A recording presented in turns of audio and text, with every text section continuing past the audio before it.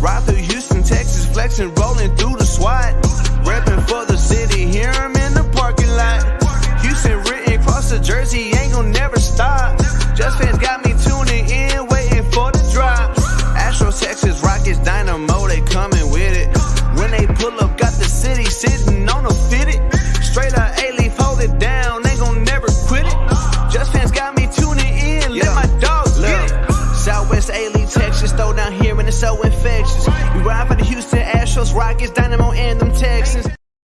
What's up, everybody? Thank you guys for joining us this Monday evening. I am joined here by, holy crap, it's Poppy. He's here on our show today. Hasn't been here in a while. How's it going, Poppy?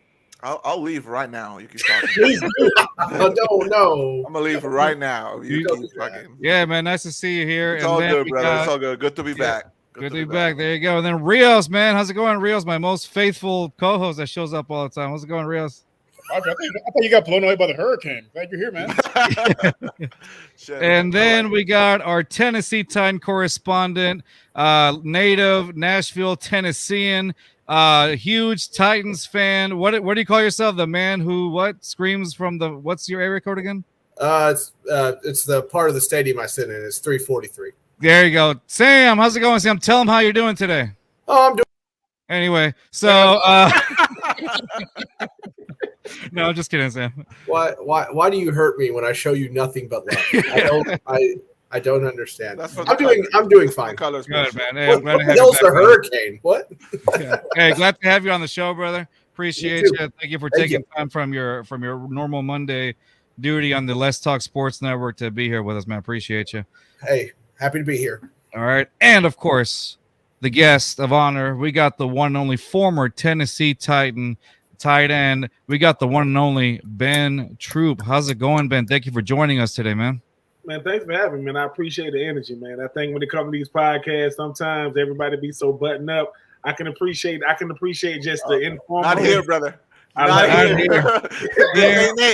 Look, we let loose. We talk our shit, and everybody's each other's. Like, it's just like hanging out with your boys at the bar, hanging out, having some drinks, and just talking some football, man. It doesn't get technical. It's all relaxed over here, man. But hey, I'm glad you're here. Hey, so I got to ask you. So you were in the league for quite some time. I know you had a few injuries come your way, but let me ask you this. I know that you played with Vince Young. What was it like playing with Vince Young as your quarterback? It was fun. Vince was one. I think Vince was ahead of his time. We look at RPOs now. Everybody wants a mobile quarterback. Yeah. Everybody wants to use it. Because I went from Steve McNair to Vince Young. So yeah. I really had the best of the best. When you talking about, Vince Young to me was one of the first quarterbacks that polarized college football because he's from Texas, went to Texas, played in that, that legendary Rose Bowl. And I remember being in my house.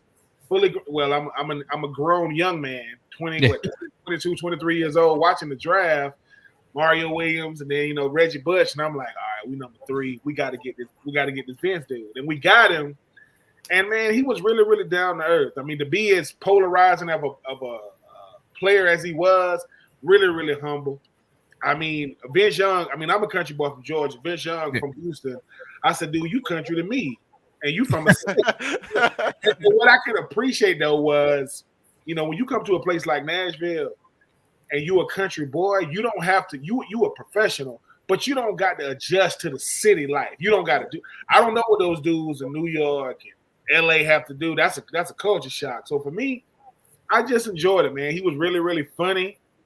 They love Texas, boy. I'm talking about, you would think Texas win the national championship every year if you saw them with the team.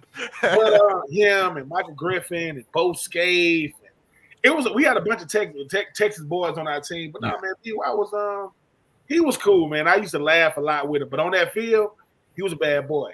He was. If Norm Chow was now our offensive coordinator because he came from USC, BY needed a seasoned offensive coordinator that only been in the NFL that could coach him real hard and could tell him, look, man, you're going to have to be able to take hard coaching. I know you the man, but you got to be able to take hard coaching. I just think that Norm and him was a good mix, but it's too much.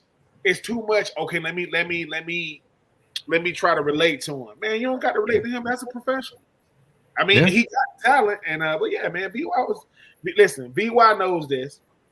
VY threw a lot of touchdown passes. His first touchdown pass as a starter was thrown to me against the Cowboys. So I always make sure he knows. I said, listen, with everything he's done, just remember your very first touchdown as a starter was me at home against Dallas, against Roy Williams that went to Oklahoma. Shout out to Roy Williams. But they had to get that tub. Well, there goes question 1. All right, thank you. Yeah. Right. Let me ask you something. So, like, waiting for the draft, does the front office communicate to the players, to the team, like, oh, this is what we got planned? Or are you watching the draft just like not knowing anything? You're like, oh, we could get this guy, we could get some other guy. Like, what's next season gonna look like? Does anything get communicated to anybody, or everybody's just left out in the dark? I mean, the quarterbacks maybe because they the face of the franchise. But nah, man. I mean, people don't understand. They think that we're just as shocked as anybody else. Like, people be thinking, walk around the city, hey, man, who you think we're going to get? I used to always tell people this. I work on the first floor, G. All decisions are made up upstairs. Yeah. So it's just like any other job. Something, we all work at a certain company and something happens, we the last to find out. We walk in, the fans are going to find out before, huh? But that's a good thing too, because listen, when you're a professional, you got enough on your plate. You got from pressure to trying to live up to the money they gave you or the draft position they got you. The last thing I need on my plate is, all right, Ben, this is what we think about in the draft. I'm like this. Listen, man, football players are like family members. I don't get to pick them. I just live with them. I ain't family member I've ever had. Yeah. Some of them you love, some of them you don't. They all, either they're going to get invited to the family barbecue or they're going to show up. Yeah. I don't know how they found out where we was at. Yeah. Everybody saying this, and this is the thing, too. One time we had a family reunion, and we was going to do some awards. We were going to be like, who's the weirdest in our family? And then my dad said something that made us not do it. He goes, oh, everybody's going to get a vote. Oh, you think you're not going to get a vote? Oh, Brady. And when he said that, we was like, well, if the wrong person get a vote, that might disrupt the whole, So, yeah. So, and plus, too, man, I enjoyed what I did. I enjoyed who I did it with. But I wasn't one of those dudes that lived and breathed, Tennessee Titan football, or when I was with the Bucs or the Raiders. Now, I enjoyed it. Make no mistake about it. But, I mean, we easy to spot. We 6'4", 6'5", 6'6". Oh, yeah. We're big human beings, right? Yeah. So, but it's the crazy part. Just imagine, but some of our friends, they just as big as us, but they don't play. So just imagine, what's up, Ben? Who your friends? Oh, that's my cousin. That's my brother. It's like, nah. We just, So, but it was dope, man. It was a lot of fun because at the end of the day, Nashville is a dope city, man. I mean, it really, really is because, dude, this hat I got on, it looked like it costs a lot of money, but it don't. This hat in Nashville, $10,000. I'm like, I walked in the store and I said, oh, what's up with these boots? I'm not going to get it. Yeah, she goes, oh, that's ostrich. I'm like, oh, okay. She was like, we got them on sale. She said they were like $8,500. I was like, wait. Where's the sale at, bro? Mind you, what I want the rare Jordans. A cat from Nashville, he want the boots because we go to different places. Yeah. And if I got a pair of boots that cost $8,500, I'm wearing them all the time. I'm wearing them. Oh yeah, wear them out. Wear them to bed. Just know that. I'll tell you this: I got a pair of boots for I think my 30th birthday, and they were super expensive. Like my family chipped in and bought them for me. So, but that's just how we were raised. You know what I mean? You walk around with your cowboy boots. You go out. No. Listen. The first place when I get to college, that's the first time I learned that if a woman call you hot, that's a good thing. Because at first I'm like, because I know I'm like, she's like, you hot. I'm like, hell yeah, it's hot as hell. Like, I don't know what she's talking about. But then what I used to enjoy was, because you got different guys on the team. If I go out, I might have on a t-shirt, some jeans, some nice Air Force Ones. My white teammates, they got on the same thing, but they got on like flip flops, open toes, and they got open toes. And in my mind, I'm like, this how y'all. And listen, and in their mind, they'll say, no, I only wear these out. Like, dude, these are like the same flip flops you wear, when we at work. No. These are strictly for going out. I'm like, going out flip flops. Yeah, what does that mean? It was like, absolutely. I'm like, no, bro, y'all. But that's the great part about sports is you get engulfed in other people's cultures. Yeah. And you realize how similar we are. It ain't, man, we y'all, so like I said, look, if you ever see me going out, I got on open toe flip flops. Life has gotten really bad for me. You're like, shoot, what's going on? I know. You see him like, man, you all right, dude? You need to talk to someone? You guys see that man over there? Number one, he used to be somebody. If I drove. The guy over there used to be somebody. Now he wears flip flops. No. If I'm in the NFL, people excuse stuff when you're a professional that they would not excuse if you weren't. Right? So my family might be wanting to say, what the hell is wrong with you? You got on flip-flops. Yeah. But I'm the one driving. I'm probably the one getting everybody in. I'm probably the one buying the drinks. But on the way home, they're going to roast me. Hey, bro. I don't know what's going on with you. It's the ones that roast you are the ones that love you the most. Yes, and I got a bunch of family members. They're going to roast me. Is that how it works? I'm not going to make it to the club. They're going to say, hey, listen, drop us off to this club and you go to the one you want. Because we obviously not going to.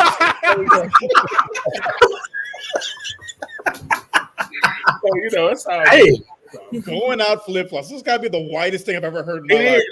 Listen. Some of these things you suggest. Not your boy. No. I'm saying y'all boys wearing long sleeve, button up shirts tucked in with some flip flops on, and y'all think y'all doing it. I'm like, bro, they cooking. They think they cooking something, huh? Cooking hot dog water. But listen, but I will say this: them boys used to enjoy themselves. Nashville, you got West End and Broadway, which is the same freaking street. I don't know why one side is one, the other side is the other. But no, man, I used to enjoy it, man, because Nashville. I mean, listen, Tennessee Titans fans, they die hard, not crazy, die hard, not like lose your mind, but. Well, man, they ain't. Let me say this: they ain't delusional. Yes, and they honest. Not Philadelphia Eagle honest. Now, not that blue. Okay. You can still enjoy yourself, man. When I was with the Titans, we went like 4-12, 5. We went 4-12, 5-11. We went to the playoffs my fourth year, but it's not like the city was different towards you. If you weren't winning. Now T-Rack, our mascot, now he used to be pissed because the mascot. If the Titans are good, he gets more engagements during the year. Like so we used to do Titans Caravan, and the first time I did it, I jump on the bus, and his name was Pete. I don't know if Pete still do it. Pete probably don't do it now. But I get on, and here go my naiveness. I go, man, it's got to be crazy walking around that big old rat outfit, man. He said, what kind of outfit do I have on? I said, you a rat. He said, do I look like a rat? Like, yeah, you T-Rat. He said, I am T-Rack, like a raccoon. Then and as soon as he said it, I'm like, oh my. All time you think he was a rat? What you call me? Then he said, how many rats have you seen with like black stuff on their tail? I'm like, bro, mind you, he don't realize. Listen, bro, I thought you was a rat. So let's just say me and T-Rack didn't get off to a good start when I first officially met him. So because I'm coming at him, he said, why don't you focus less on what I look like and focus more on winning games? He can't. Damn. Dude, imagine the mascot comes up to you. It's like, you drop one more damn ball. I swear to God. It's on sight. No. Now, by the time I left the Titans, me and Pete was cool, but it's almost like it wasn't no, hey, how you doing? He's sitting on the bus because, it's hot in that outfit. It's hot in that outfit. So he's on the bus getting some air. And the first thing I didn't say, what's up, I'm saying, man, it's got to be crazy walking around that rat outfit. He said, what the hell? A rat. Then get off the bus. Get off the bus. And the funny thing is, every time you go somewhere, he goes out there first. He'll go, let me go warm him up for you. And he'll go out there. These kids go crazy. And mind you, he get on the bus like pretty good for a rat, right? I'm like, man, my fault, man. You know what I'm saying? But it's all good, man. If I took myself too serious, because what you guys don't realize is, you know how many players want to come on y'all podcast, like former players? Yeah. And they won't come on for two reasons. One, they think they too big for podcasts, or two, like they're not. I'm trying to say this the right way. They ain't approachable enough to do it. Cause like, people come on here like I was all pro. No one cares about that stuff. Like when people used to do that stuff, you was all pro, you was a Super Bowl champ. Listen, the backup kicker got a Super Bowl ring. Who cares? Nobody tripping. You know what I'm saying? Because it's like this. If I say Kansas City, you only know Travis Kelce, Patrick Mahomes, maybe Chris Johnson, right? Yeah. That's what every football team is. You know how many people used to ask me, hey, Ben, could you tell Eddie George to come over here and speak to us? Mind you, when I got to the Titans, that was Eddie George last year. He went to Dallas. Yeah. He's no longer – everywhere I got so sick of hearing, I'd be like, yeah, I'll tell him. I'll tell him. I'll text him tomorrow. Because Eddie George – listen, I don't care who you are. With the Titans, Eddie George – No. Steve McNair, Eddie George, Chris Johnson, Derrick Henry, and maybe Vince Young had a shot to be like in that category. He had a shot, but you got guys rushing for 2,000 yards on the same team, like you know what I'm saying? Or do you think that's what happened? Why he wasn't as successful with the Titans? Because what do you think was kind of like the downfall of Vince Young? In your opinion, I think the downfall of Vince Young was right place, wrong coordinator. Because I think Jeff Fisher was the guy for him, right? But you got to remember, man, when you get mad and I didn't even know he did this, but when I found out he took his shoulder pads and Jersey threw it in the stands, let me tell you, that's a bit much, only because you play in too many games, right? It's not as serious as football is. It ain't, and we take it the most serious because we do it for a living. VY had a shot to be him, because in a place like Nashville, dude, you run the whole city, you run the whole state, right? And so for me, knowing VY, he looked back on and said, "Bro, I should have handled stuff different," because you're not gonna win in the court of public perception. You're gonna lose that even if you're a good player. Right? Even if you're a good player. So for me, you coming behind Mac 9, you can't. That's the legacy. That's it. Steve McNair was that dude, and he passed you the torch, because when they drafted VY, Steve McNair had his celebrity softball game, and VY's there. They hugged and everything, right? Yeah. I just think, listen, rookie of the year, you only played in like 8 games, rookie of the year, went to 2 Pro Bowl. Bruh, he looks back on and say to himself, you're not going to be the man in a place like Philly. Or every other place he played, Buffalo or whatever it was, he had a shot, man. And like I said, it ain't going to happen for everybody. Everybody's not going to be a legacy player. No. But the Titans, when you good for the Titans, bruh, Javon Curse. He left and came back. It's like he never left, right? The freak, right? Because he got his name, Derek Mason, Drew Bennett. You know what I'm saying? I played with these dudes. Yeah. And for me, VY surpassed all of them, 3rd overall pick. He could have been that dude. And like I said, he had a good career. I'm not saying he didn't have a good career, but for what the Titans thought he was going to be, this dude was supposed to be talked about. Listen, when Vince Young see Lamar Jackson and Jalen Hurts, and Deshaun Watson and RG3 and just name them, he going, hey, that was supposed to be me. Yeah. Because now, think about this. Now, in the Super Bowl, you had Kansas City, Pittsburgh. You got, Kansas City and Philly. So you got Jalen Hurts, dual threat, and then you got Patrick Mahomes. Patrick Mahomes is not a dual threat. He just can use his leg. He's not known as a runner. Vince Young started all that stuff. I'm looking at what's his name? Johnny Manziel. Johnny Manziel said, growing up, I wanted to be Vince Young. What? You see what I'm saying? It's like a lot of times dudes don't know what they sacrificing for cats that watching. Like, bro, you got to be a good professional. Yeah. Not to the football player. You got to be a good pro, because them dudes behind you watching you, bro. They saying, oh, I want to be flashy, but VY ain't flashy. Okay, and I can say this. what Cam Newton was, that was supposed to be DY. I was just thinking about that. Because Cam Newton is he bigger. He a little bit bigger than BY.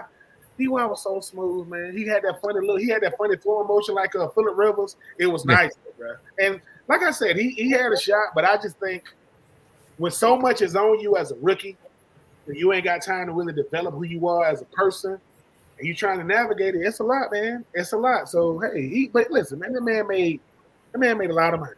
Yeah, he'll be all right. He'll be okay. He'll be okay. Yeah. Rios, you got some? Sleep. He'll lose no sleep. Yeah. No, so talk to us about your draft experience. I know you went in the second round in 2004. How did that go?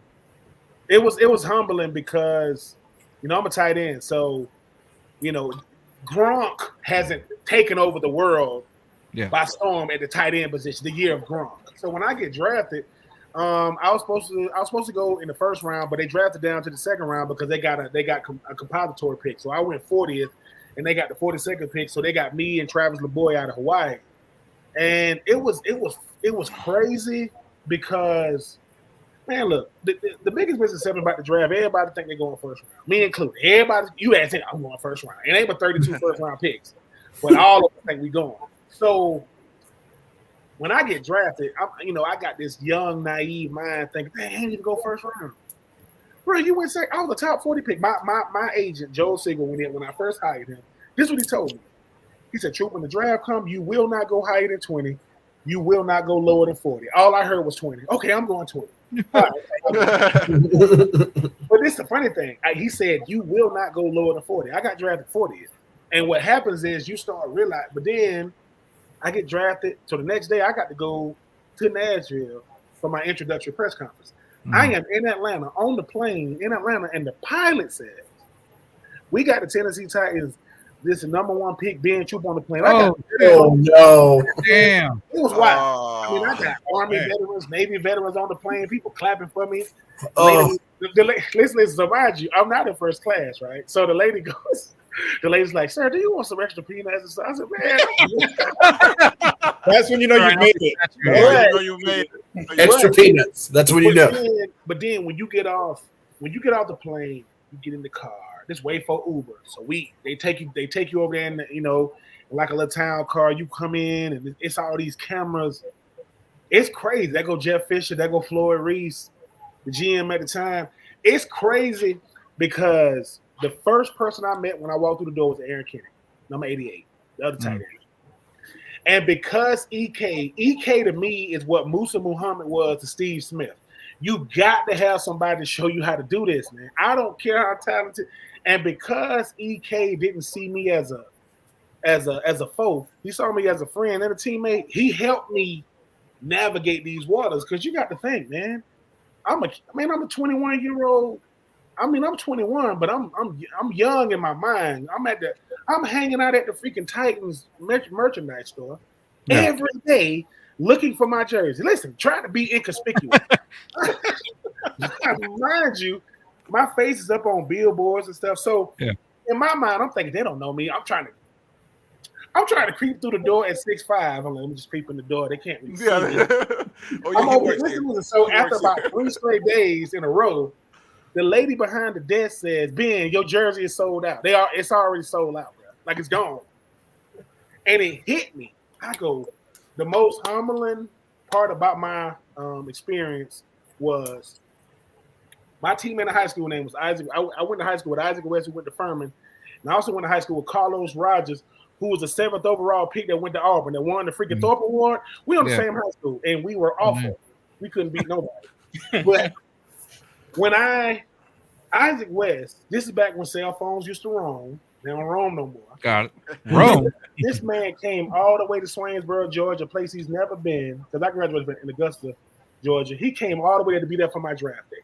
I'll remember that till the end. He wanted to be there and sharing it with me. And it's like, man, it's humbling. When people say, how you know you was going to get drafted when they call your name? Because my draft experience went like this. The 32nd overall pick, this is what they said. Paul Tagliabue walks to the podium. He said, with the 32nd overall pick in the 2004 NFL draft, the New England Patriots select tight end Benjamin Watson out of Georgia. I said, Mind you, Ben Watson is the homie. I mean, I met B.Y. We went through like the combine together.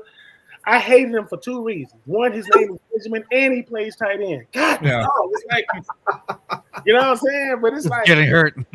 But it was fun, man. I got to go to the rookie premiere. They take the top 35 rookies, so I met Phillip Rivers, Eli Manning, Ben Roethlisberger, D'Angelo Hall, Larry Fitzgerald, Steven Jackson. I mean, we had some players, right? I got to go to L.A. Country Boy. God, dog, don't know nothing about no caviar. Or they took us to this real nice party that had like all the celebrities there, like Tom Cruise, all the celebrities were there. And these people in real life are like miniature. Like when you see them, maybe. what happens is, right? What happens is if Tom Cruise is 5'7", 5'8", well, his co-star is gonna be 5'7", 5'8". But when you meet him in person, you like, him, that's him. That little old guy, yeah. And mind you, you can barely see him because all the ladies around him or whatever. But you like, well, you don't got to worry about being no movie star. Why? You too big. Like you way too big. Like you like supersized. You like two people compared. But it was cool, man. I mean, to see. I mean, I went from 86 to 84 my second year. I saw two kids walking down the street with both of my jerseys on. One had on the 86, one had on the 84. And the one that had the 86 on told the one with the 84 on, you ain't no real being true fan because he wore 86 first. They fighting. Like, what I'm saying? It's crazy, man. I enjoy that stuff. I didn't have my kids or nothing like that then. So I got to enjoy my experience. I'm just a 21-year-old in Nashville. Man, I'm at the athlete's foot buying shit. I went in my mind, I thought no one knew who I was. And people like, watch, he going to come in here. He going to go look at the shoes. Like the funniest thing was I went to Champ Sports, and the guy said, "Man, you look like the Titans rookie tight end bench." I said, "Man, everybody be telling me that, man. Everybody said that." Crazy the similarities, bro. And Nashville was such a. I met Young Buck back when he was a part of the G Unit. He was at this place called Fat Caps, and he had on like a trench fur coat. He looked real awkward. I'm not gonna say nothing to him. I'm like, what the hell you got on? Mind you, Nashville ain't no she type city. Right.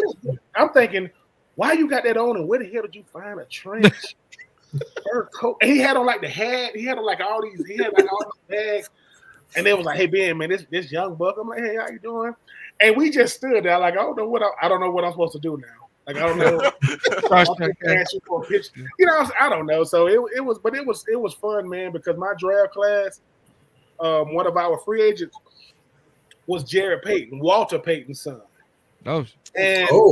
Listen, me and JP became really, really close because Troy Fleming, who got drafted in, I think, the 5th round out of UT, the fullback, we all was real close, man. But JT let us know that it's levels to this. JT's on the phone one time and he goes, "Okay, I'll buy it. I'll take it." So we like JT, we like JP, who you talking to? He goes, "Oh, that's my mom. Michael Jordan want to sell me his BMW, right? Michael Jordan." That's it. That's it. We over here like this. Okay, so did you buy it? He goes, "Yeah, man. He keep on bothering me about it." What the hell you mean? But here is the arrogance of a spoiled, rich kid like JP. The car gets there, it has 2-3 on the back, a little emblem, 2-3. Yeah. He takes the 2 off and put a 3 because he wore 33. I said, you can take the 2 off. It just the value. The value. Listen. And mind you, we was like, so let me get this straight. Growing up, you hung out with like Michael Jordan kids. You could be at the Michael Jordan combine. You go, yeah. So your parents are looking for you, and you, yeah. Hey, it's JP over there. This is Walter talking to Mike. Yeah, could you put him on the phone? JP, didn't I tell you not to go? And he's like, yeah, I used to go to Michael Jordan's house. I'm like, you rich spoiled. Wow. So and all JP wanted to do was, he said, all I want to do is score a touchdown. Who did he score touchdowns against? The Texans. Got his touchdown, flipped the ball. I said, because he's sitting there trying to tell us about how I just want to be in the NFL. And then Troy Fleming says, didn't your daddy leave you some money when you turned 30? He was like, yeah. what the hell? And we was like, mind you, I ain't in nobody's business. And Troy was like, man, your daddy left you like 10 mil or something.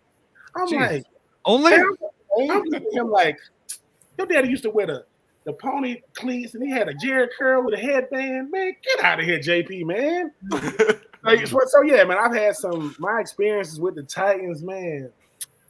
I had so much fun, man. Cause you better have fun. Cause if you ain't winning no games, which we weren't at first, you better find a way to have fun, man. I was on there with Pac-Man Jones.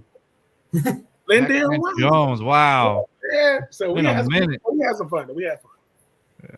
Sam, we got by the way, he's a big fan of a young buck, like you said, Sam right here. Favorite rapper, right, Sam? Young Buck? Oh yeah, totally. outside of Shawty Wanna Ride With Me, that's the only song I know Young Buck had. Sam can name you a whole bunch. Go ahead, Sam. No, I can't. Don't do this to me. No. Anyway. No, go ahead. No. I did. What's his name? I'm finna ask a famous country singer. His wife used to be named Faith Hill. What's his name? Tim McGraw. So I got to meet Tim McGraw. What the fuck? I got to meet him. So Aaron Kenny got asked to be in the Nashville Ballet. He got asked to be in it. He hurt his knee, took me out to dinner. So he can say, "Troupe, man, I need to ask you a favor." I'm like, "What's up? What's up? Whatever you need." He was like, "I need you to be in the ballet for me." And I go. So I go. I say, EK, man, I love you, G, man, but I ain't wearing no tights. He says, "No, you don't got to wear no tights. No, they wouldn't do you like that.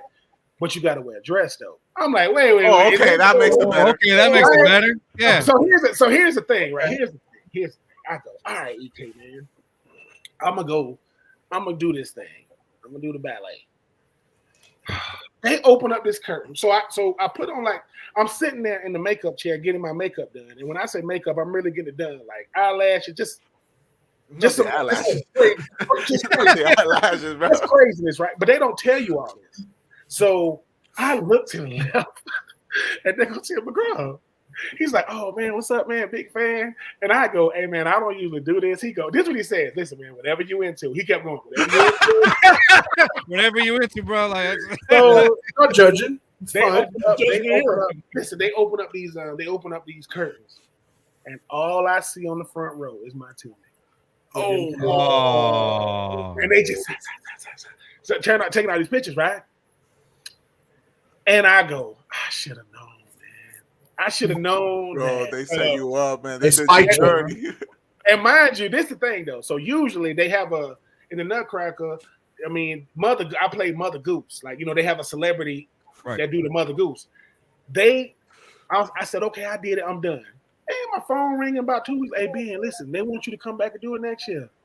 What? You knocked that right. So my mom got wind. She didn't know about the first year. My mom got wind of it. They done got my mom to call me. "Man, I think you should do it. I think it's a great opportunity." A great opportunity for what? Do I look like I'm going to be a Broadway? Life. You're exploring your artistic side. But the craziest part about it is, so the first year I just showed up if I got to be on at like 9:30, I got there at like 9:15, 9:20. I didn't get there to see the show. The next year, I went to see the show. When I tell y'all, these people are super duper talented. What y'all don't see is by the time that freaking curtain come up, everybody's ready. It's so much chaos. Somebody just got their shoe on right before that curtain came up. They're like, "You better get that shoe on." When that curtain come up, they are ready. So I get so now on my resume, I say, "Yeah, man, I've been to ballet. Yeah. I done did it." Might as well put it on. That's multi-talented. But no, but that's the kind of things I got a chance to do because of proximity, not because of who I am, because of proximity. I done did way more stuff than I should have done, man. When people ask me, man, how would you rate your experiences?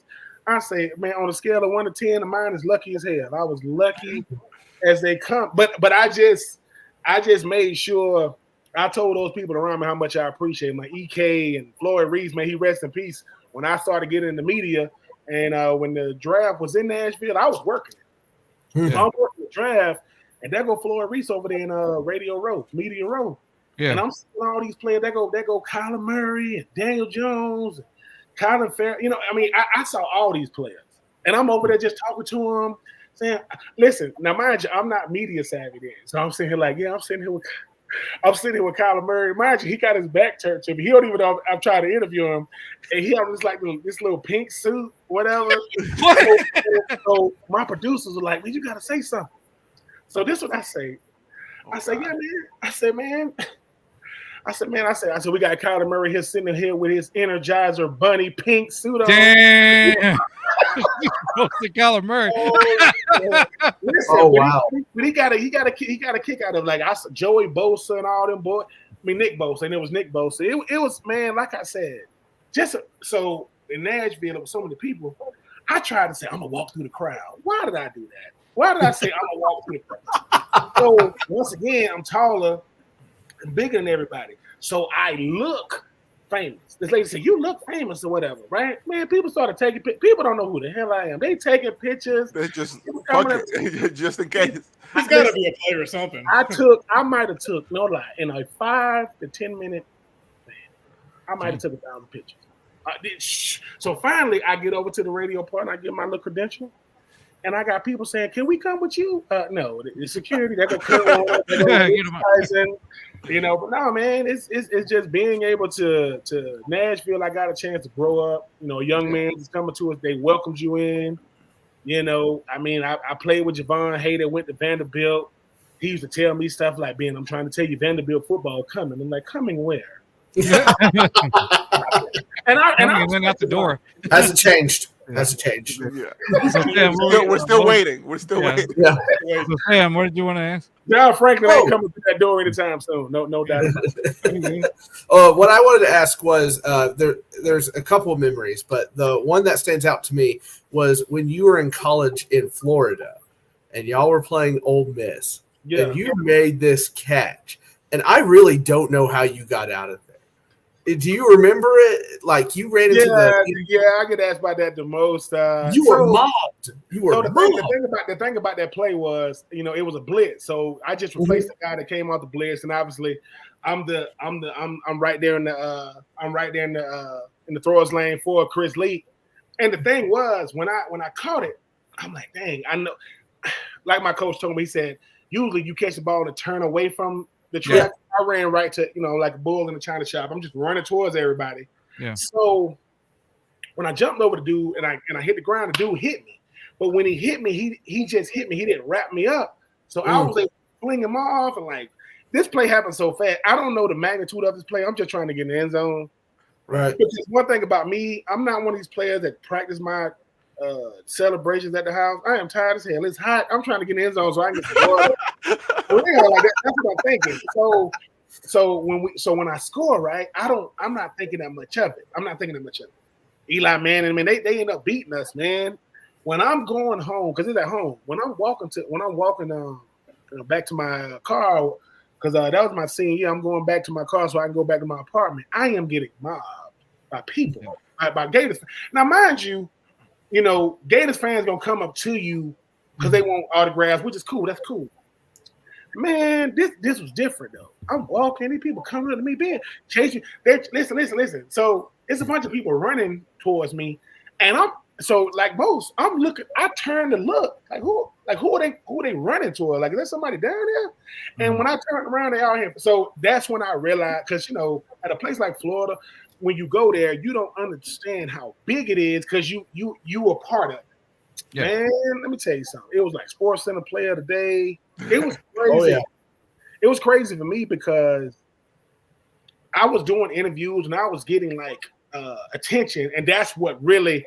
Because mind you, we lost the game, so I'm sitting here after the game getting interviewed, and mind you, when I first walked in, I said, "Wait a minute, y'all been doing this the whole time I've been here?" Yeah. So people come here players come here after the game and do a press conference. Yeah. What the hell was I at? Like ain't nobody ever asked me nothing.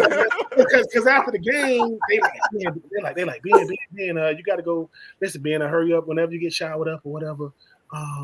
So when I walk in, they go, Ben Troop's coming to the podium. I'm like, God dang, that now so you going to the podium?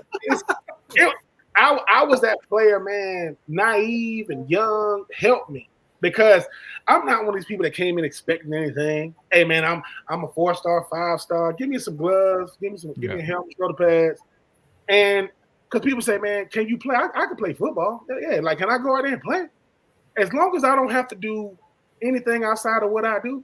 Yeah, like if you ask back when I was younger, you asked me a question about a tight end, I would say the same thing like I say now. A tight end can only be better than me if he could do something I can't. If he could do something I cannot do, he better than me.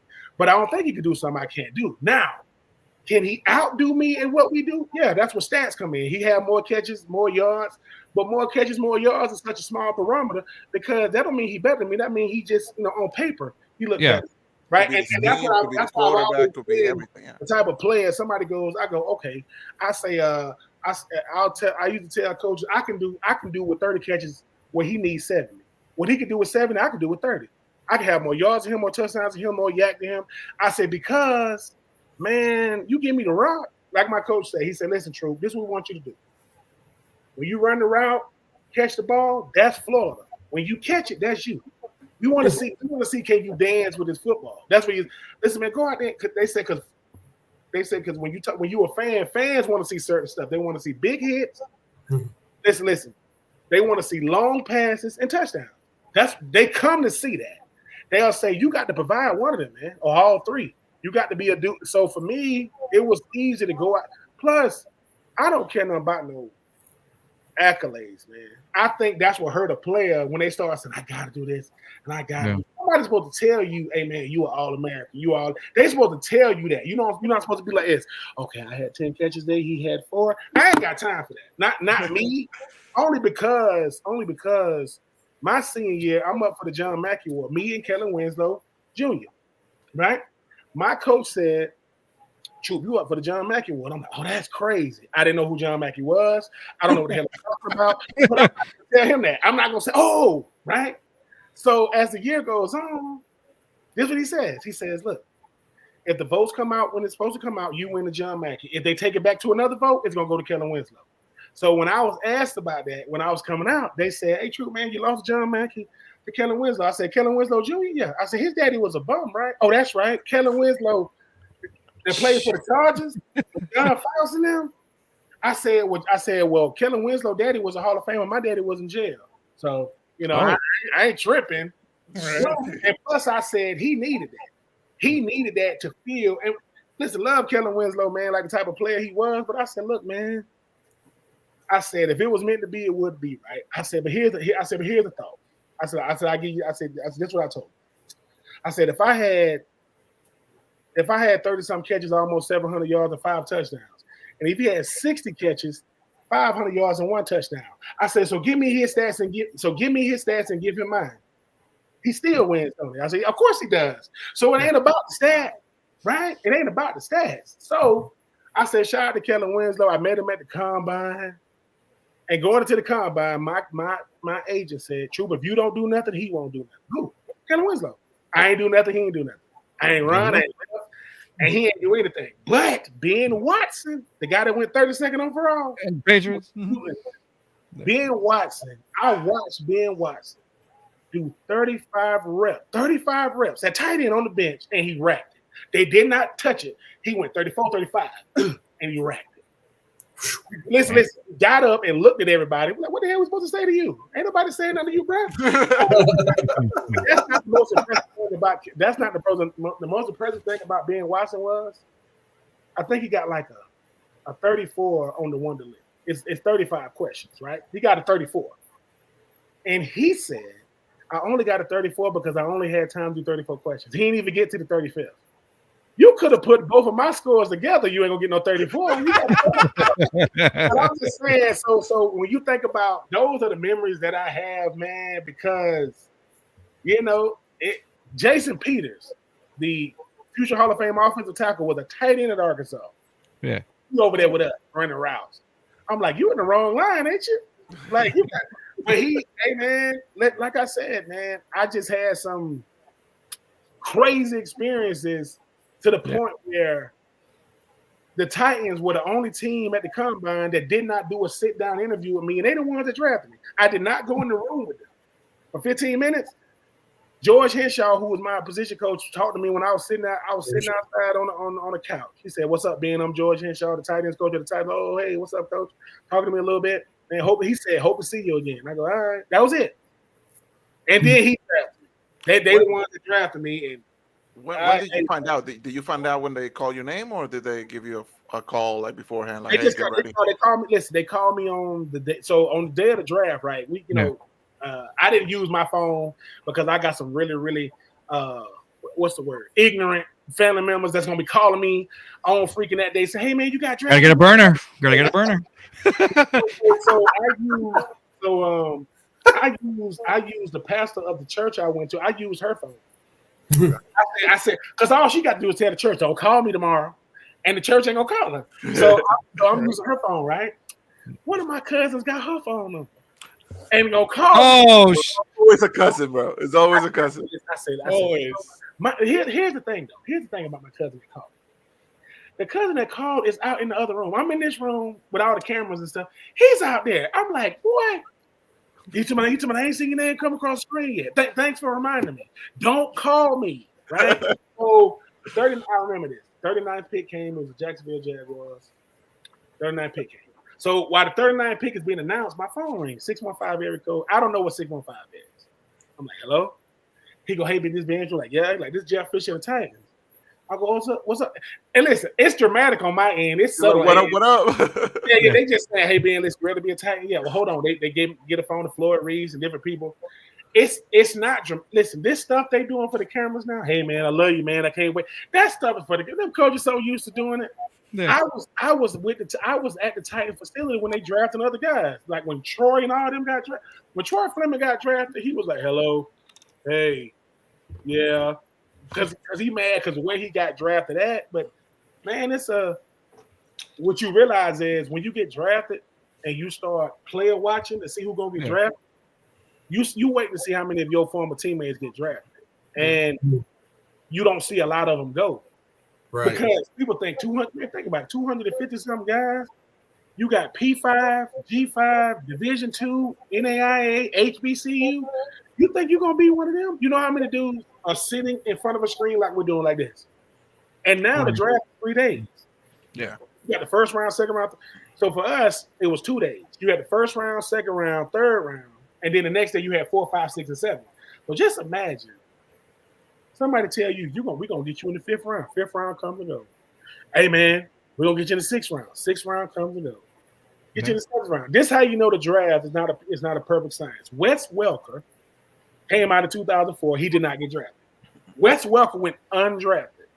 So that should just tell y'all as much as, man, it's a crapshoot. It's like, most of these players ain't going to pan out, not because they're not good players.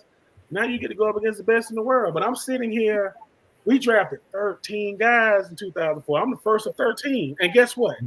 They told us one of y'all ain't going to make the team because we got 40 guys already on the team that's going to play. Right. So, So when you think about Jason White, who won the Heisman at Oklahoma, Bob Stoops' only national championship, when he came to the Titans, he retired before he ever started training camp. I'm done. Jeff Fisher said, this is what he said. He said, "Listen, fellas, just got an announcement. Jason White, as you guys know, won the Heisman man, the Oklahoma man. He's going to retire." This is what we did. All right. We like this. Okay. Like, because in our mind, we like, okay, like, man, we out here trying. And so when I asked Steve McNair, "Hey, Matt, what would be your advice to me?" He said, "Don't make friends with these dudes. Why? Because they ain't going to be here." That's what he told me. Don't make friends. Just like that. Yeah. Steve McNair said that? Yeah, because he understands I'm green, man. I don't think he's because you got it. When you first get drafted with the Titans, you stay at the Millennium Maxwell House, right? You stand in a hotel.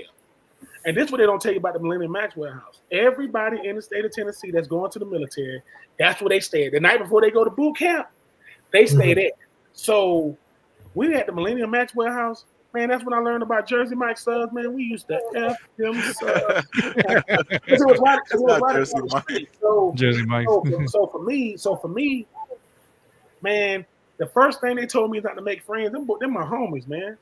I mean, because you're doing everything with them. When we go on to the club and stuff, You know, I mean, I'm the highest drafted rookie. My car ain't even got there yet. Guys, like, man, you got a car? Like, you know, you got a car yet? I'm gonna get one. You know, like I'm gonna get a car.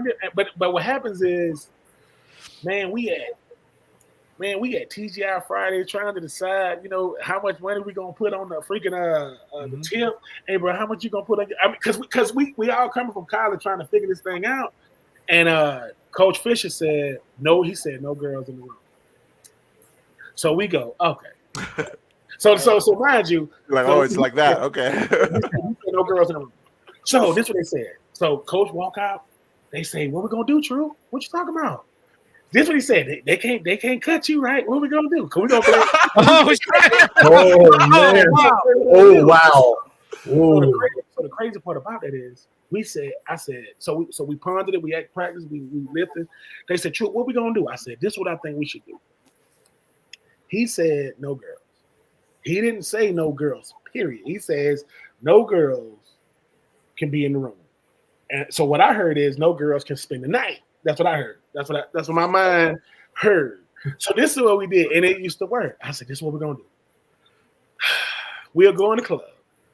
We'll, you know, it's how many? It's about 20 of us. We're gonna identify 21. We're gonna identify. Listen, we all 21, so it's cool. It's like we all kept saying this. Listen, man, we could still be in college. So if they are college age, we good. And they in the club, so they at least 19, 20, 21, 22. Right. So we go up in there. So I'll say, all right, I got to run some offense. So I'll go up to a young lady, and I'll tell her. She'll go. I say, listen. Who you roll here with? She said, I roll with them, all you ladies right here. So it's like we have like a little group meeting. I said, listen, this is what we're going to do. We need to identify who the drivers are, like whoever rode together. So what we would do is we would tell them this. So listen, we all pull up to the hotel. They all getting out of the car. We go, whoa. Y'all got to let us go in first. We can't, because we know the ops is right there behind the desk. We know these people that work here. We know they're the ops. We know. So we'll say, hey, listen, man, you got to do this. We going to go in. Oh, man, got a long night. Let us go up to our room. We're on this floor. But you cannot get off on that floor because there's cameras. They'll say, so what are we supposed to do? If we on floor number 4, you got to get off on floor number 3, go to the stairs, come up the stairs. Listen, and mind you, we thinking they're not going to do blind this. spots. Mind you, we don't think they're going to do this. And I said, listen, we got to take care of the ops. So I walk in. I say, come here, bro. Listen. I'm easy going, right? You know, I ain't going to do nothing to you. Some of my teammates, if you tell on them, something might happen to you. I'm just telling you, something might happen to you. We'll shoot them like a couple of dollars, nothing crazy. When I tell y'all, it works. So, I'm sorry. Now it's about time to go. This is what we used to tell everybody. Listen, fellas, I know some of y'all, you know, listen. I said, we got to be 50 Cent tonight. We into having sex. We ain't into making love. That's what's going on. That's what's going on. So listen, it'll be chilling. Somebody pick up their phone and we'll shoot a text and they'll say, hey man, who with the driver? That's the driver. So we'll send out a group text. Hey, listen, we gotta go. No matter what, listen, like clockwork. Every last one of those young ladies, they will come out the room, you know, kiss the guys on the cheek, and listen, they'll walk back down the hall, go down the stairs, and this went on for like the whole rookie.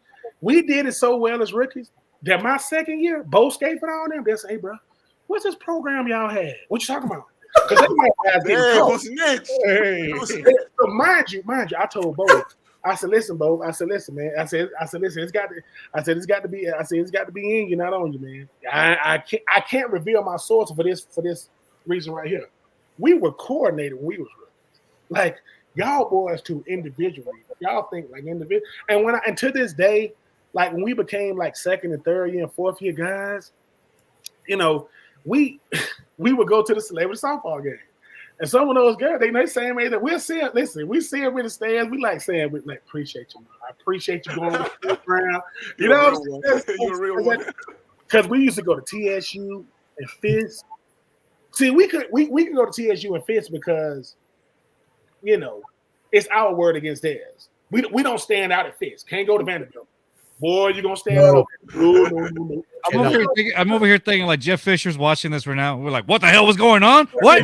But listen, let me tell you what Jeff Fisher appreciated. He said, "No girls in the rooms, man." So, hey, man, listen. Not one of our team, not one of them rookies we had, remember, got kicked off the team or cut because listen, because what it was is they would never tell us when they would come check the beds. But on the weekends, they're a little bit more lenient. So we do what we do on, Friday night, Saturday night. We ain't doing nothing during the week. We ain't got. But some of them dudes, then we got certain guys saying, "Man, I really like a girl." I'm like, don't start that, bro. Don't. because for us, you got to think. The only difference in us and any other 21, 22-year-olds, we were just known. We were known. Man, we used to like to play video games and eat candy. We weren't that different, and I think that's why people liked us because, man, we ain't showing now our cars kind of give us away. I mean, people go, "Hey Ben, why you drive that BMW?" Well, if you, what would you get if you could get it? Yeah. Like if you, yes. I didn't grow up with no dream car, but listen, my rookie year, 2004, so 2005 at the end of my rookie year, went to my second year, I go to a BMW dealership, I see the 645 BMW convertible. I said, "Oh my God, what is that?" I ain't never, it could have been any BMW. It's not like I know what a BMW is, like that. The guy says, "Oh, you don't know what that is?" Listen, he said, "Why?" I said, he pushed a little button and the thing folded up, went in the freaking back, wherever the hell it went. I said, "I need that." Listen. So I pull up to my parents' house. I'm supposed to be coming to our parents' house in the off season. I'm supposed to be this humble, modest. That went out the window. That shit went out the window. So my sister's 2 years younger than me, but she's 2 years younger, but she's 3 years behind me in school. She's in college at the time. She got a Mustang convertible. But then I pull up. She go, "Wait a minute, I want one of those."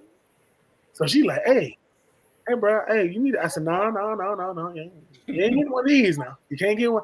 When I tell you, when I realized real fast. When people say, "Man, it ain't what you got, it's you." It's what you got. Because you appealing to the masses. Yeah. And I want no flashy. Like I don't want no jewelry and no $100,000 watches. But it was just fun, man. I just enjoyed myself because I ain't have no entourage. Yeah. I ain't have no whole bunch of people I rock with. So I could, and plus I'm a country boy at heart. So, just because I grew up in Augusta, I'm from Swainsboro. So when you go to a little small town and you stunting like that, now you gonna stand out. Yeah. But this what I learned. So if I pull up to like the park and they'll be like, "What's up, boy?" And I let one of my little cousins, like a couple of years younger than me, and I drop the keys in his hand. I'm like looking at him like, okay, ain't no speeding in here. Yeah. And I want to see people see it like, man, what you cut? Oh, that's something light, man. But I know he gonna go around the corner and come right back. He ain't going for 2 miles. So hey, I want to get your opinion real quick because I know you say you were doing media stuff, and also from Sam real quick because we're about to go on a little bit. This thing came out from USA Today. It was like I don't know if y'all saw it. It was like a prediction based on stats or whatever, and so it's been getting. Let's just say they've been getting cooked because of a lot of the way that they predicted the how do you call it, the standings. I want to show you guys real quick. It's the USA. I think some of you guys might have seen it today. Yeah. So this is what they saw. Can y'all see that or no? Oh yeah, I see it. I am convinced Aaron Rodgers made this. Come on. Wait. 11 and 6. 6 and 11. Wow. Yeah, so they predicted this. So I'm only looking at AFC South, right? So they predicted the Colts 11-6, the Jaguars 10-7, the Texans 9-8, and the Titans 6-11. So I kind of want to get your thoughts. I'm going to start with you, Sam, first. What were your thoughts when you saw this, and do you agree with it or do you not agree with it? I strongly disagree with it. Okay. I think if the Colts are winning more than 10 games, then Flacco's their starting QB. Okay. I would also say that the Jags are plummeting. T-Law isn't him. And the coach is already playing like, here, let me fire all the offensive guys or defensive guys. I can't remember, because it was their fault that we stunk last year. Not all the interceptions Trevor Lawrence threw. So to me, I think those are way too high. I want to have faith that this new Titans regime and everything, but I haven't seen anything. I don't know what the offense looks like. I don't know what the defense looks like. I don't know what we're walking into. So I can't really say anything about mine, but I do think the Texans are winning the division, if that makes you feel any better. Thank you. It does. But let me ask you this. So with you guys getting Tyler Boyd, obviously Johnny Hopkins, and now Calvin Ridley, do you guys think you're going to make some noise at all with that or no? I think you can make a playoff run if you wanted to. Maybe you catch the Colts off guard and they're not ready for it. But it's hard for me to, because you guys know this. I'm a little more sensible when it comes to things. I try to not look at them in fan glasses the whole time. But there are reasons for optimism. This is a wide receiving core. We haven't had a good wide receiving core in a while. So, yeah. And it's going to be a passing offense. So maybe they can catch some guys off guard and make some noise. Why not? Sure. Ben, your thoughts on what they thought with the standings? Do you agree with them or not? And what do you think of with the addition of Tyler Boyd and Come on, Ben. Yeah, I disagree with this list for this reason. While I love Anthony Richardson, obviously coming from my alma mater, you telling me a guy that only played like 3 or 4 games gonna go from that to 11 wins? Yeah. Where? Like 11 wins? Now they got Jonathan Taylor, they got a defense. I get it, but come on, man. Like 11 wins. And this is the thing, right? I get this list is swayed a lot towards like favoritism towards these certain quarterbacks. I get it. When you talk about it, it's easier because we used to seeing the Colts, but the Colts were good when they had Andrew Luck and Peyton Manning. What have they had since? It's been a minute. It's been a minute. And the thing is, do I think it's disrespectful for them to say the Jags are going to be 10-7 and they're going to be ahead of the Houston based off of what? Trevor Lawrence got a lot of money because he's the number 1 overall pick. Like Kyler Murray, you're going to make him the franchise. It ain't because of what he's shown you. What he did against the Titans last year is 4th and goal. I don't know if he's trying to quarterback sneak it. Boy, sit your behind down. So it's just this is the thing about the AFC South. These standards let you know that even the naysayers of the country don't even know how to rank this division. They don't know because they don't watch it that much. Yeah. A quarterback that hasn't played in a full year is going to win 11 games. A quarterback that had probably the best receiving corps in the AFC South last year going to go from real bad to real good this year, minus Calvin Ridley, and you're going to feeling a rookie with him? No, for me, I do think the Texans going to win the division again. I think the Titans going to be number 2 because for this reason. They're trying to make it so that Will Levis can't mess this up. That's why you give him what you give him. When you give quarterback stuff they can't mess up, look at how they play. You don't believe me? Tua is the same quarterback, but you give him something, he can't mess it up. Give him Tyreek, give him Jalen Waddle, and he can't mess. I'm not saying he's not a good player, and I'm not saying, but I'm just looking around. I'm looking at all these things. You're telling me in the AFC North, you got the Bengals beating the Ravens? When? Man, listen. What bothers me about this whole list is all the way to the right, though. It's the AFC East. Aaron Rodgers wins 12 games. Yeah. Man, who makes these games and the Super Bowl? Yeah, bro. I'm convinced he made this list. Go. The Packers and the Jets in the Super Bowl, and they win. Come on. Yeah. Aaron Rodgers makes commercials and don't show up to OTAs, the minicamp, and grow his hair out. He go dye his hair blonde, bleach. Well, he gotta get 12 wins. He's gonna get 12 wins. You gotta get 12 wins. The Jets wouldn't know what to do with 12 wins. Stop that. Another question that I want to ask you guys. Now, this time I'm going to start off with Ben since I started out with Sam last time. So I want you as Titans fans, and even for you as a player, you've seen the development of the Texans. I want to get your perspective, kind of like an outsider's perspective, I guess, since you're not y'all aren't fans of the team. What did the Texans, in your eyes, do right in order for them to be at this level right now, to have a target on them? They got the right coach and they got the right quarterback. I mean, any good team had the same thing in common: good quarterback, good coach, good coach. Any team. The Ravens, they got a good quarterback, they got a good coach, and they got a good coach. Kansas City, San Francisco. So for the Texans said, look, if we're going to get DeMeco Ryans, the guy that got drafted here, give him a quarterback that they learning together. DeMeco Ryans ain't a seasoned head coach. He was a seasoned coach. So he's learning how to be a head coach. So I know how to talk to CJ. I know how to talk to him. Plus, they didn't make CJ Stroud something he wasn't. He's a gunslinger. Let him throw that thing, right? Mm-hmm. And they gave him Stephon Diggs. See, when you a really, really good player, your offensive coordinator is on your side. He ain't doing something to make you go, huh? Why would you? When Stephon Diggs went to Houston, I said, look at what he did without him. They said, that's what they said. Look at what he did without him. What you think gonna do with him? You don't think he good? How do we know who Kirk Cousins is? Stephon Diggs. Who helped Josh Allen? Stephon Diggs. So you give him a young guy, and Stephon wants to be there. Now he want to be there this year. If you don't get the ball, we'll see. But no, man, you just when you trying to win in football, whether it's college or pro, you got to have a quarterback. And he can't be a guy that's eyed. Like he can't be any eyed. No, CJ Stroud, he nice. He know he nice. He know he is, right? And CJ Stroud, you know who hates CJ Stroud? Justin Fields. He hated him. Because they both went to Ohio State, and Justin Fields went to the freaking Bears, a prestigious. Yeah. So for me, DeMeco Ryans, they gave him a gunslinger. They gave him a guy who his teammates love him. He's a superstar, but he don't have a superstar mentality. The guy does podcasts with Michael Parsons, man. Like he ain't.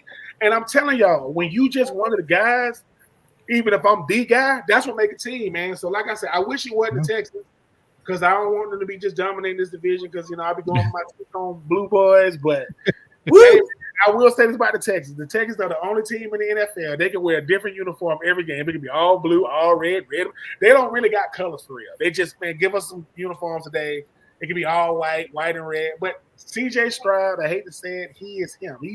I think he's a top 10 quarterback already. I think the kid is he tell Anthony Richardson, Will Levis, and that long-haired guy down there in Jacksonville.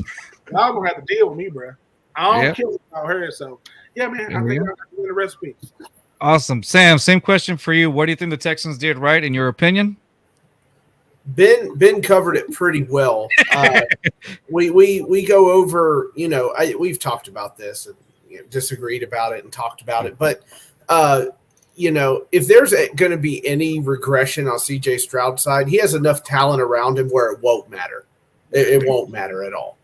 It's kind of like he said about Tua, right? If there, you know, it's nice to have all these weapons around him and whatnot.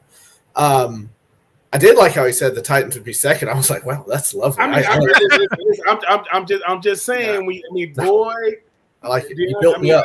Calvin Ridley, you're talking about D-Hop. Listen, if Chiggs, Tony Pollard, but once again, you can't escape Will Levis. You can't escape. No. And I'm not saying Will Levis ain't a good quarterback. I'm not saying that. I believe he is. But the stage is set, right? It's set. It's like this. Is he the best quarterback when he's going up against good quarterbacks? If it's the Titans versus who got a better quarterback, the Texans. If it's the Titans versus the Colts, who got a better quarterback? I mean, he's been injured, but it's gonna be the Colts. The Titans versus the Jags, and usually the better quarterback makes give you a better shot if you need. Like I said, if in the Super Bowl, if Patrick Mahomes on fourth, if it was 4th and goal on the 6-yard line, you thinking they take the ball out of Patrick Mahomes' hand and kick the field goal? No. So when people say, "Oh, Cam Newton, no, what are you talking about with a game manager?" Brock Purdy is a game manager. They took the ball out of his hand. They kicked the field goal. And what happened? That bum from Kansas City go all the way down the field, touchdown, game over, and Brock Purdy on the sideline like, he's really good, huh? Hell yeah, yeah. I'm all good. Yeah. All right, Rios. What I want now from you is I want you to say what the Titans, basically the opposite. What have the Titans done to protect or make Will Levis better? Or can they be better? Well, I think definitely surrounding him with some good receivers, was a step in the right direction. They drafted some offensive linemen. They beefed up that offensive line, try to keep him upright. Those are things. Your quarterback's upright, he has more chance to be successful because last year that kid was running for his life. He was dead. They killed him. He got crunched in half a couple of times, but yeah, I think they have a pretty good receiving core. It's going to be interesting to see how it all comes together, because I think the big unknown in all of this, because we know Hopkins is good, we know Ridley is good, we know Tyler Boyd's good. The big unknown really is the running game and Will Levis. So we'll see how it all comes together. Pape, for you, what do you think? What are your expectations for the Titans this season? What have they done well during this offseason to help Will Levis out? What do you think? So for me, like after losing Derrick Henry, I feel like the Titans have become the most interesting team in the AFC South.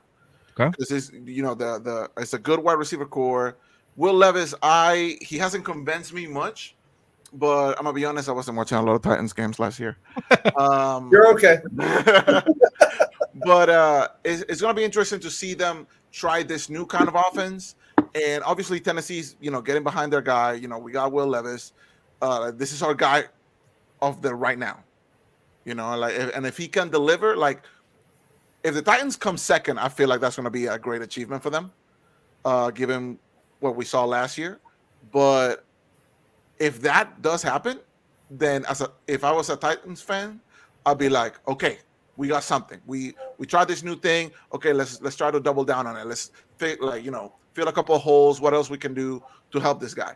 If this season doesn't go as planned and they finish bottom of the AFC South with how I believe Jacksonville is gonna, regress, and with the Colts, they should only be getting better, but it all depends on AR's playing style and health, right?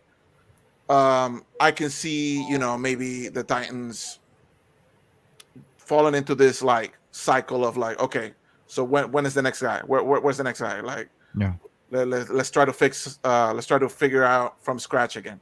I hope they don't do that. I hope Will Levis stays there forever, and I hope the Texans dominate this division. I hope the Texans dominate this division, because I was sick and tired. I was sick and tired of the Colts dominating, and then I'm sick and tired of Jacksonville getting hyped all the time, just to do nothing. And then, fuck the Titans. Yeah, I said it. I'll say it again. Fuck the Titans. I was waiting for it. Ben, he says that shit all the time. He has a list of teams. I grew up. Listen, I'm a lifelong Atlanta Falcons fan. So yeah, it's almost like the AFC South to me is just like the NFC South. Like you got a bunch of. It's like they all. If you look, I said, listen, if you're looking for the NFC South, or AFC South. They on the island of misfit toys. All yeah. because it's anybody's division every year. You never now when Tom Brady was in the NFC South, that's different. Oh, that's yeah. I mean, like just like when Peyton Manning was in the AFC South when I was there.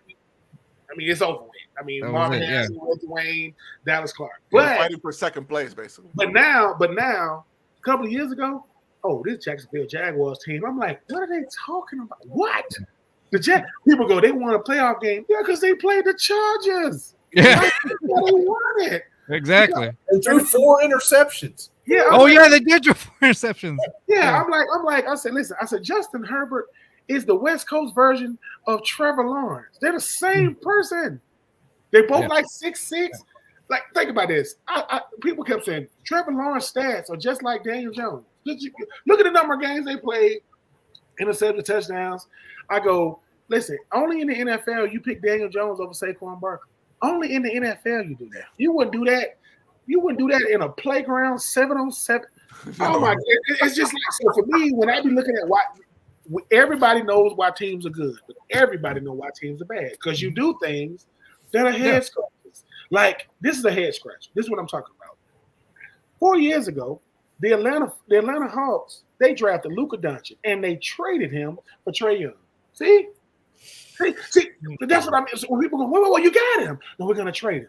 You're going to trade a tall guy for a little guy? Yeah, right. And then when Luka played the Hawks, he almost broke the record for most points. What record? Kobe's. He had like 67 points. Why? Because the Hawks don't play defense. Trae Young is like 5'9". Anyway, I'm just saying, man. And so listen. So when CJ Stroud got drafted by the Texans, I went, ooh. Yeah. Because one thing about CJ, You look at what he did in college. Make him do it in the pros. Lamar Jackson, he stepped out of Louisville. He went to the Ravens. Look what he did in college. Let him do it in the pros, right? Let him do it in the pros. Whenever you make a player be something they're not gonna maintain. Yeah, they're not gonna succeed. Yeah. So for me, Anthony Richardson realized real quick. Yeah, you 6'5", 250 pounds. Yeah, but you a quarterback. You get hit once a week, and you're gonna get hit real hard and real often. Mm-hmm. And he realized, hey, bro, you ain't gonna make it in the NFL. A 205 pound safety will knock your block off. You will not get up because. That's what the NFL is, man. The NFL is, listen, you got to learn how to survive before you thrive in it. You got to learn how to survive out here. That's why Tom Brady plays as long as he did, because he don't run. Tom Brady will slide, get up and check downs. Yeah, because Cam Newton didn't make it. RG3 got caught by Haloti Ngata. A dude that big caught a dude that fast in the open field. So the NFL, CJ Stroud knows this, bro. We can only win if I'm here for week 17. We cannot win if I'm not here. Deshaun Watson, they gave him all that money, and he still ain't play a win. He went way out there to Cleveland, and Joe Flacco got him to the playoffs. Yeah, Joe Flacco knows. Thank you, Cleveland. Thank you, Cleveland. You're the real MVP for getting a CJ and all that stuff. Cleveland. Hey, you know what, Ben? It's been a pleasure, brother. I love having you on. Thank you so much for coming on the show. It was a blast. I loved hearing everything about your experience in the NFL, your thoughts about, the AFC South, how the USA Today lined it up. I gotta have you back again, and we're gonna shoot this shit next time you come in. I promise. Yeah, man. Listen, I'm on here with Texans fans. They got the jerseys on. Hey, bud. You got the one Titan fan. Hi. Listen, we gonna listen. Two-tone blue. We gonna rep. You know what I'm saying? I didn't even know what our mascot was. I was on the team. I will say this. All of us need to come together and beat the hell out of Jackson Duville. I cannot stand him. Amen. With him, the hamburger helper hands he got, I can't stand him. I want them to be broken. For Kansas City. We need to come together and just beat the hell out of both of them. So a comment right now said it's a Colts podcast. He says Mr. First Down and Ben Troupe, what a effing blessing. And then he says, wait till he meets your favorite Colts fan. We'll have you on here next time. All right. Hey, thank you guys for coming on the show. I appreciate you. My pleasure. I'm going to keep in touch, and we're going to keep doing this again. Sam, let us know what you got going on, buddy, before we go. LTS show Thursday. We're previewing the AFC South. I will see you and Rios on there, I believe, maybe Poppy. And then I've got On the Mat right after SmackDown on Friday for some wrestling talk. Nice. And then I've got Fanboys Unleashed, where we're going to talk Saturday night about the upcoming fights in Titans training camp. Who's winning right guard? Who's winning right tackle? Right. So that should be a big one. We're going to cover O-line first, then we'll move on to linebacker and so on and so on and so on. There you go. And Ben, what do you have going on, bud? Man, got No Weddings in the Fall, brand new podcast on the Sports Podcast Network. 84 Reasons, my podcast through the University of Florida, talking to these current future Florida Gators. And the Being True podcast, they haven't debuted yet, but we're gonna try to get an episode here going real quick, just to be able to, just get somebody on here, man. Just pick their brain a little bit. Carlos, man, I gotta tell you though, man. Every time I look, you look like Dan Le Batard, man. I said, he looks like Dan He does. It's cool. And that's good. Listen. Hey, listen. Dan Le Batard, listen. I know who your distant cousin is. Carlos say he wants some of that Dan Le Batard money. I do. Hold on. Let me see if I can pull a picture of him. Hold on. Let me pull a picture of him. Hold on. Is his forehead going to be as big as yours? Oh, dude, yeah, it is. Dude, look at this. You can land a plane on this thing. Hold on. Hold on. Like an IMAX screen. It's like an IMAX screen, bro. Hold on. Dude, we got the same nose. Hold on. Let me see if let me share real quick. Jesus Christ. You see that? No. There it is. Oh, my God. No. No, that's not Dan Le Batard. Le Batard. My bad. Yeah, I was like, who is this man? Ah, there you go. Oh, hell yeah. Holy shit. Bro, that's me. I told you that's you, bro. That's me. Oh my God. That's He's amazing. in better shape. That's damn. Not by much. It's beautiful. Bro, Yeah, we I love it. We found your brother, bro. We found your brother. Yeah, I want that now. Dan Dan Levitard. Levitard. Yeah, man. The whole time I was like, man, I'm just waiting for him to tell him I'm really Dan Levitard. Yeah, I don't know what you do this. Just pull it up, man. He just takes off a hat. What? Hey, man, And I I appreciate. think Dan Levitard is Cuban.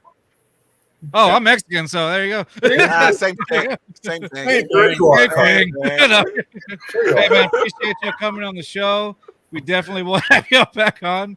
Appreciate it. And that's going to be it. We'll see y'all next Monday with, I'm not sure who the guest is next Monday, but we'll find out. We'll be here. Till then, see y'all later. Peace. Southwest A-League, Texas, throw down here and it's so infectious. We ride for the Houston Astros, Rockets, Dynamo, and them Texans. If you ain't never been down here, well, rule number one, you gon' respect us. Just fans in my speakers, new one drop, they bout to bless us. I might right through the SWAT, playing just fans right through your spot. Look, and I don't know what you thought, but right here, dog, we gon' rep the squad.